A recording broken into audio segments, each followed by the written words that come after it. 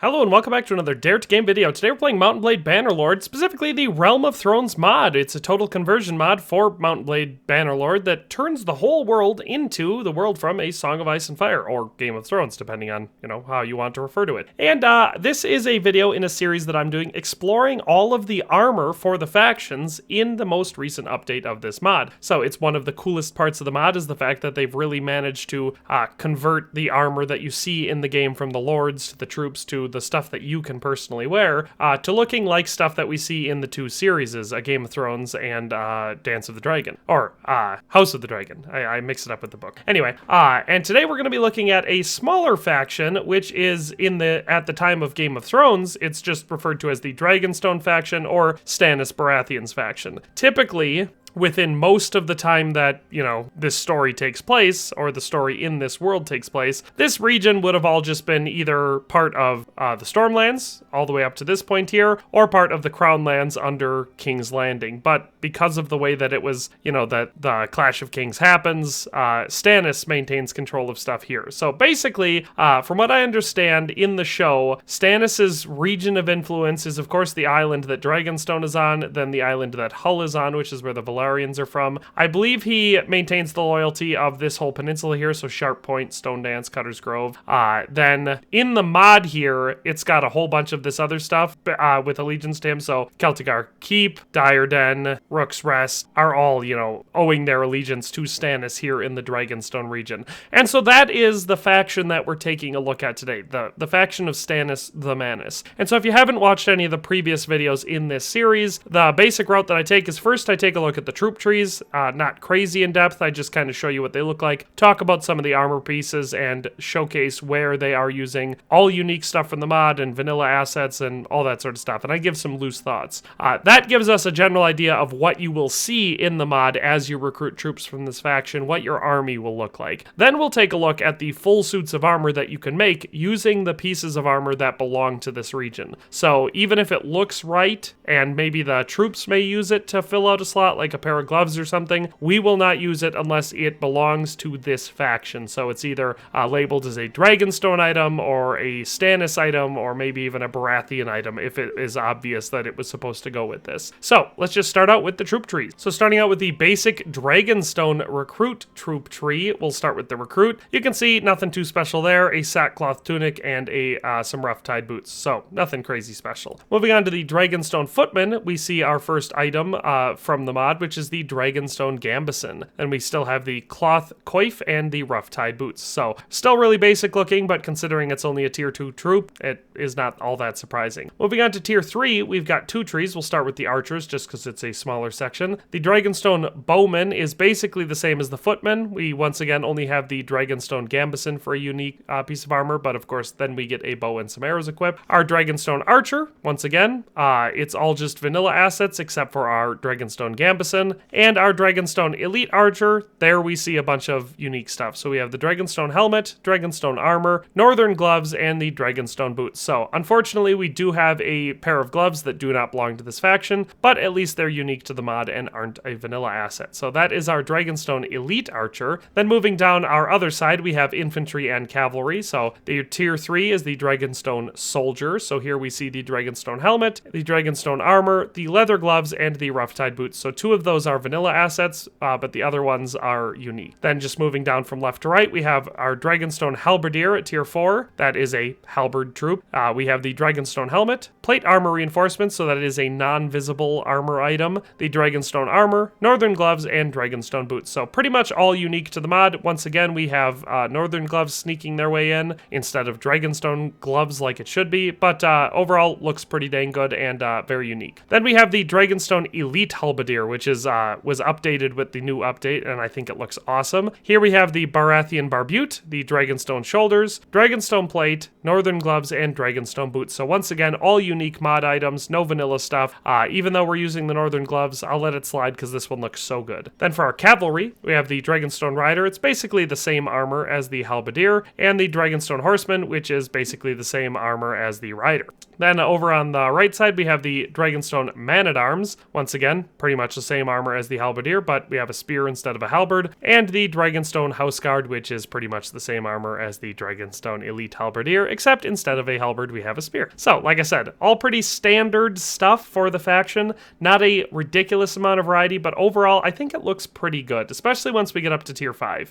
The tier 4 troops look okay, tier 3 are passable, up above that is just, you know, they blend in like any troops do in the game, regardless of the faction. But up at tier 5, I like the way they look. I think the cavalry isn't very fancy looking, but to be fair, that's what they looked like in the show. I think that these top tier infantry troops we've got look pretty cool. But that is the Dragonstone recruit troop tree. Next up, we have the Valyrian troop tree, so another powerful house from this region that owes their allegiance to Stannis.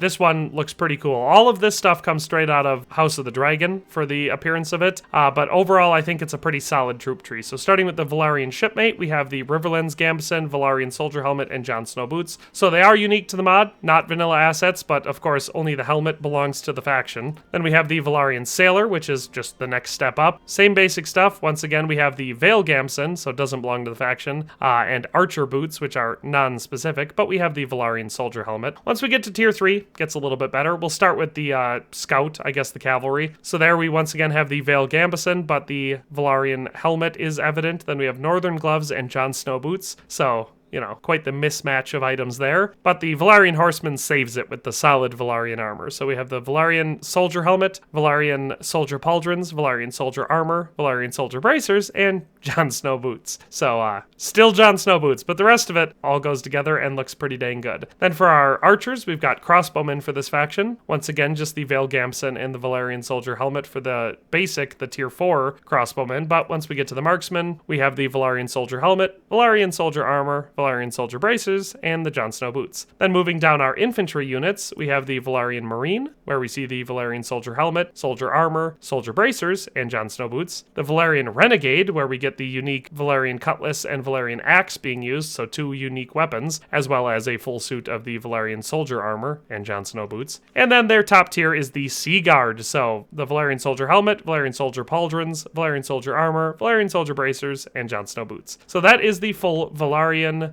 troop tree, which belongs to the Dragonstone faction in this game. Lastly, we have the noble troop tree for Dragonstone, so this would be Stannis' house guard, I guess is how you could look at it. This one, pretty basic at the Dragonstone noble son, all vanilla assets, none of them look particularly great, but they fit for the recruit, I guess. Then we have the squire, so we see the Dragonstone Gambeson coming through, but all the rest is still vanilla. The Dragonstone knight, we start to see full uniqueness, so this is top tier as far as the stock Dragonstone recruit troop tree looks. This one looks like that, so we have the Baratheon barbute, Dragonstone shoulders, Dragonstone plate, Northern gloves, Dragonstone boots. So pretty solid, and it only gets more solid from there. So then we have the Dragonstone shock knight, which we get a cape with that one, so that there we have the Dragonstone shoulders with cape, but the rest is all pretty much the same. And the Queen's Man, which is just a stat improvement over the last one, same armor. So pretty solid troop tree overall. I think Dragonstone, the faction, has improved a lot with this most recent update. Prior to this, the Queen's Man had like a chainmail hauberk with a black tabard over top, so it looked fine, but it didn't stand out very much.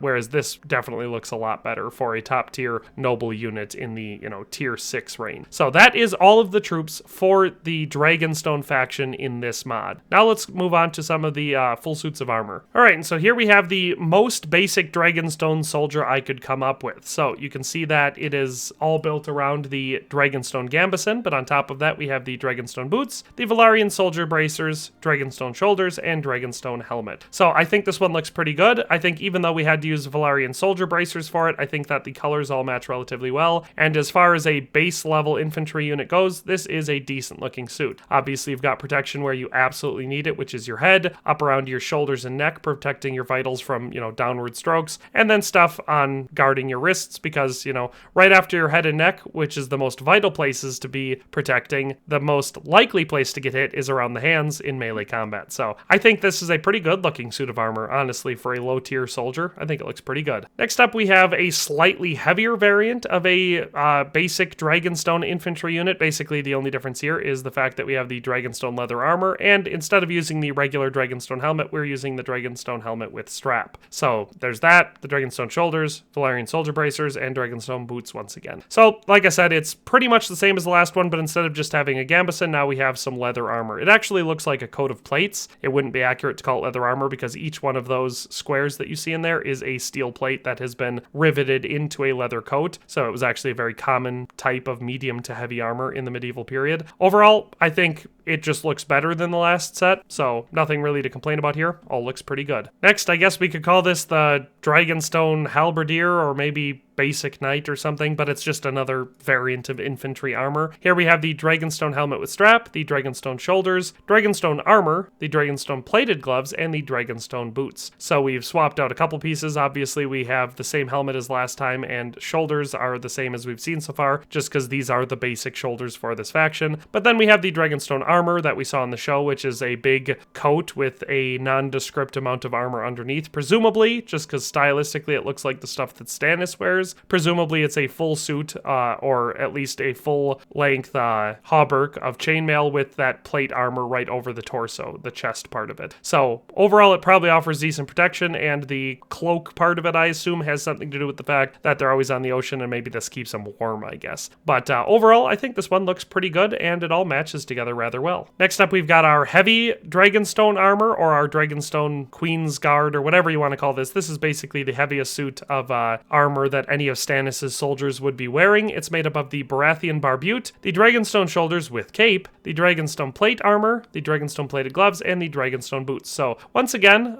following the theme that we've had so far in this faction, not a whole lot of leg armor going on, but overall the rest of it looks phenomenal. I really, really enjoy this. I think it all matches together really well. I think that all of the textures and colors and the reflectiveness, it all matches really, really well. So nothing clashes here. There's no texture clipping. Overall, I'd say probably my favorite suit of armor for the faction, but it's hard to say because I really like the Valyrian stuff, and there's a faction leader armor that is also pretty cool, but honestly, pretty solid suit of armor, and stat-wise, it's quite good. You know, across the board, all of the stats on each of these items is pretty dang solid. I mean, the boots don't really provide a lot, but the leg armor is a bit lighter for this faction. Overall, very, very cool. But that is the heavy Dragonstone armor. Then we have the Valyrian soldier armor, which is the more basic variant of the Valyrian armor, which is funny because it's obviously more fancy than a lot of the stuff you see in the game, so clearly it's coming from a very rich house. This is made up of the Valyrian soldier helmet, Valyrian soldier pauldrons, Valyrian soldier armor, Valyrian soldier bracers, and the Dragonstone boots. So all matches together. Shame we don't have any Valyrian boots, but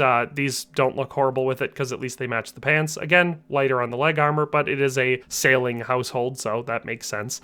Overall, I love the design of the Valyrian stuff. It's got a slightly duller silver for most of their steel, but then we've got the gilding on it that shows that it's fancy. We have the house's coat of arms, or the crest for their coat of arms at least, which is their, I believe it's a seahorse, or maybe it's a sea snake. I can never remember.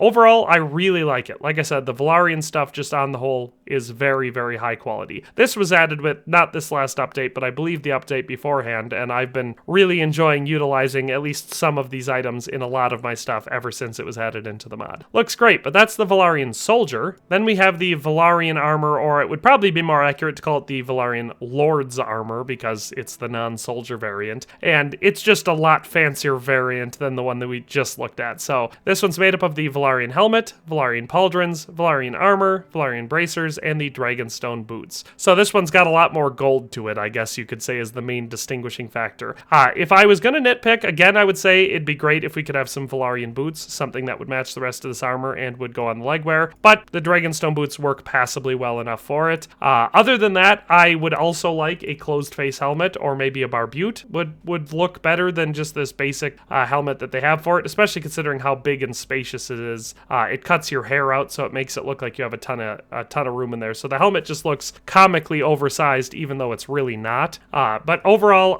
that's it. For complaints about the suit of armor, that is all I've got, because it's one of the best looking suits of armor in the game as a whole. Certainly one of the best for this faction. It looks great. Like I said, ever since they added the Valyrian armor and weapons into this mod, I've been really enjoying them. Typically with this suit, I'll swap out the legs for something else, something that matches the armor a little bit better, and I'll swap out the helmet for something that I think looks a little bit better, but the rest of it all looks super good. So that is the Valyrian Lord's armor.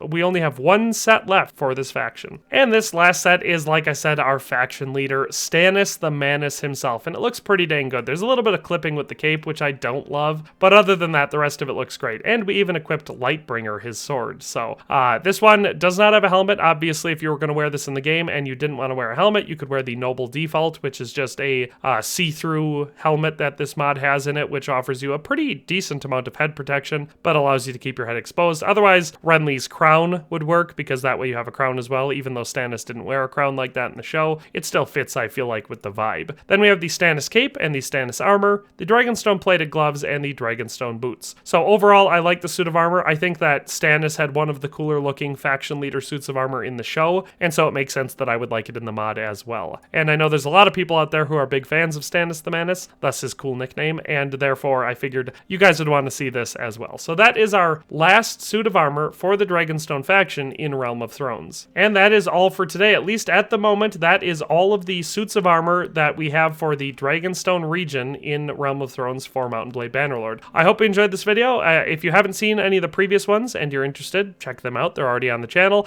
And if you want to see future factions that I haven't explored yet, stick around, maybe subscribe. I plan to cover all of them that are well enough developed to get their own standalone video. But with all that being said, thanks a ton for watching and have a nice day, and we'll see you next time. Thanks for watching another Dare to Game video. If you liked this video, please leave a like and a comment. If you haven't already, be sure to subscribe to the channel. If you like my content and would like to support this channel, consider becoming a member today for as little as $1.99 a month. It makes a huge difference. But in any case, thanks for watching and have a nice day. I'll see you next time.